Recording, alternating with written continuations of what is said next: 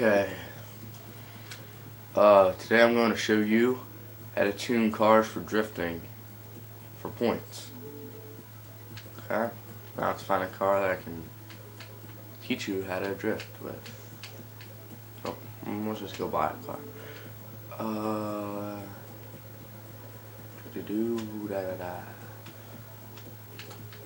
Mazda.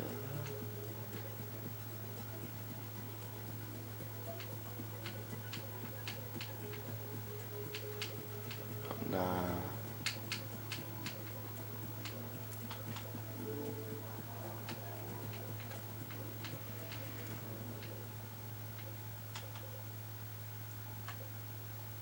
Oh, one of these shit. Okay, 2004 Mitsubishi Lancer Evo 8 MR.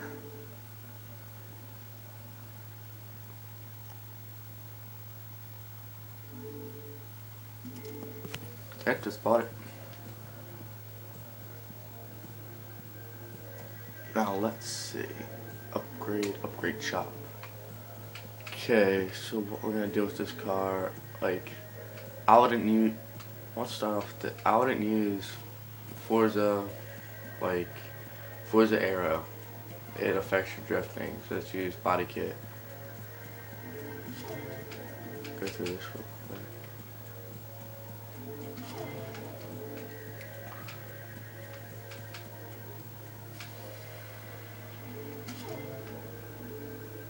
I'm probably, most of you guys are probably seeing that I don't have much money. So,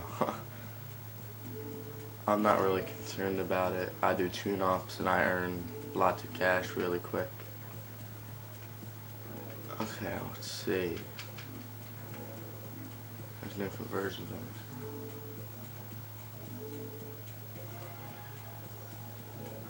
this. Okay, you don't really need lots of performance parts for drifting for the engine because you don't really want high-powered cars for drifting unless you're going to be holding lots of angle. Well, camshafts, well, you don't really want to use them because they give you lots of power, but they don't give you much torque. I don't know if you can see this, but on this right corner, bottom right corner in the box, it says it gives it 401 horsepower. Like it gives it 96 more horsepower, and now it's 401. It's 339 foot-pounds of torque. Now here it has 305 horsepower, so it has 315 pounds of torque. So it's only giving you like 20 more pounds. So I usually use stock cams or street cams, depending on what car I'm using. Just leave that for now at stock. If you like having more power, you can go and you can get everything basically besides the camshafts, but I don't know. It depends on how you drift. Since I'm low on money, I'm not gonna go nuts with a ton of crap.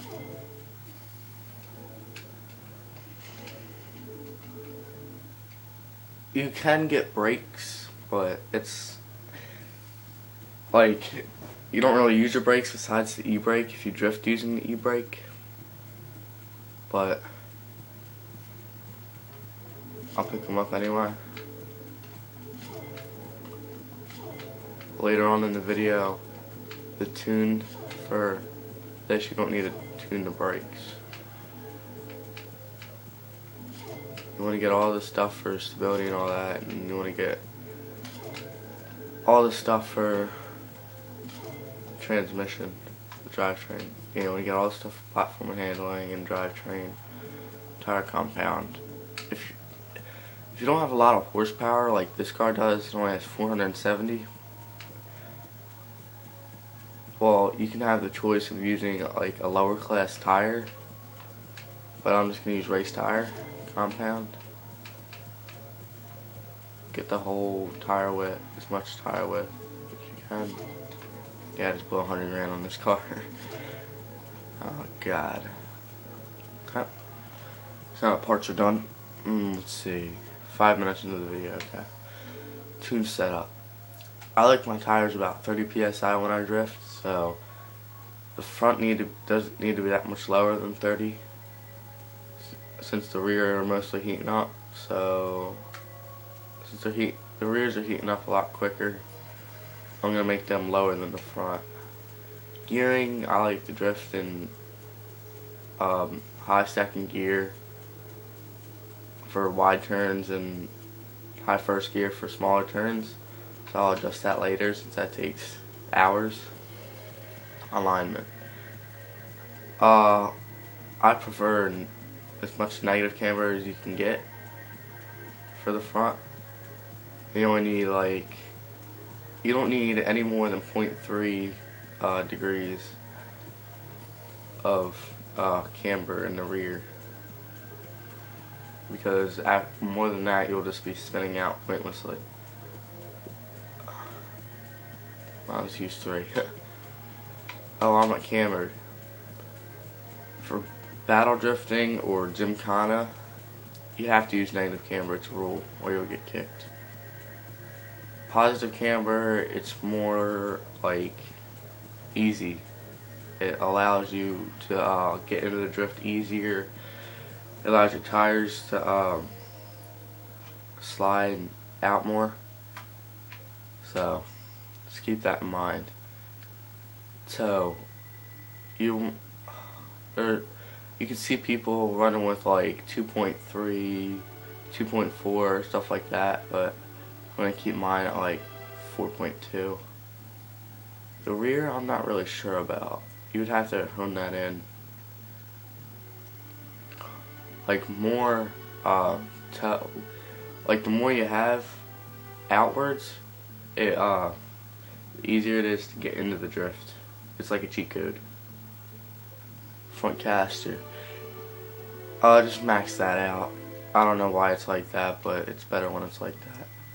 Anti-roll bars. I like my cars to sway more when I'm drifting, so I'm going to keep it about 9.4. Springs.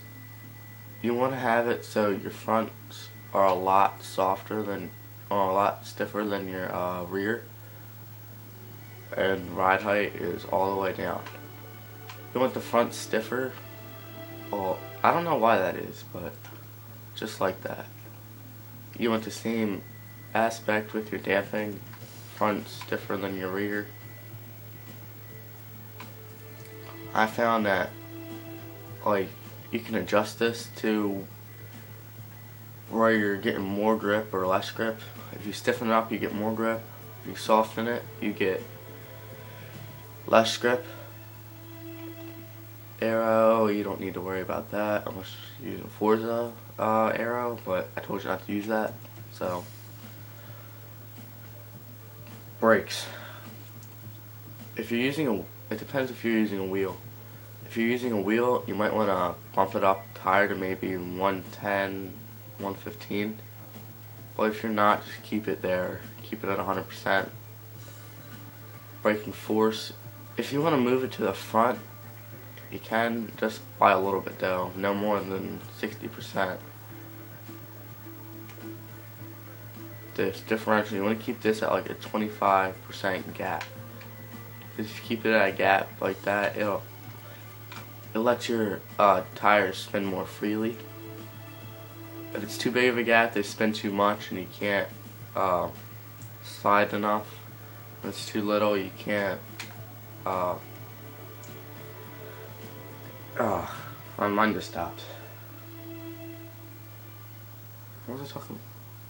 Oh yeah, if it's too little, you're not gonna be able to get into the drift, like whatsoever.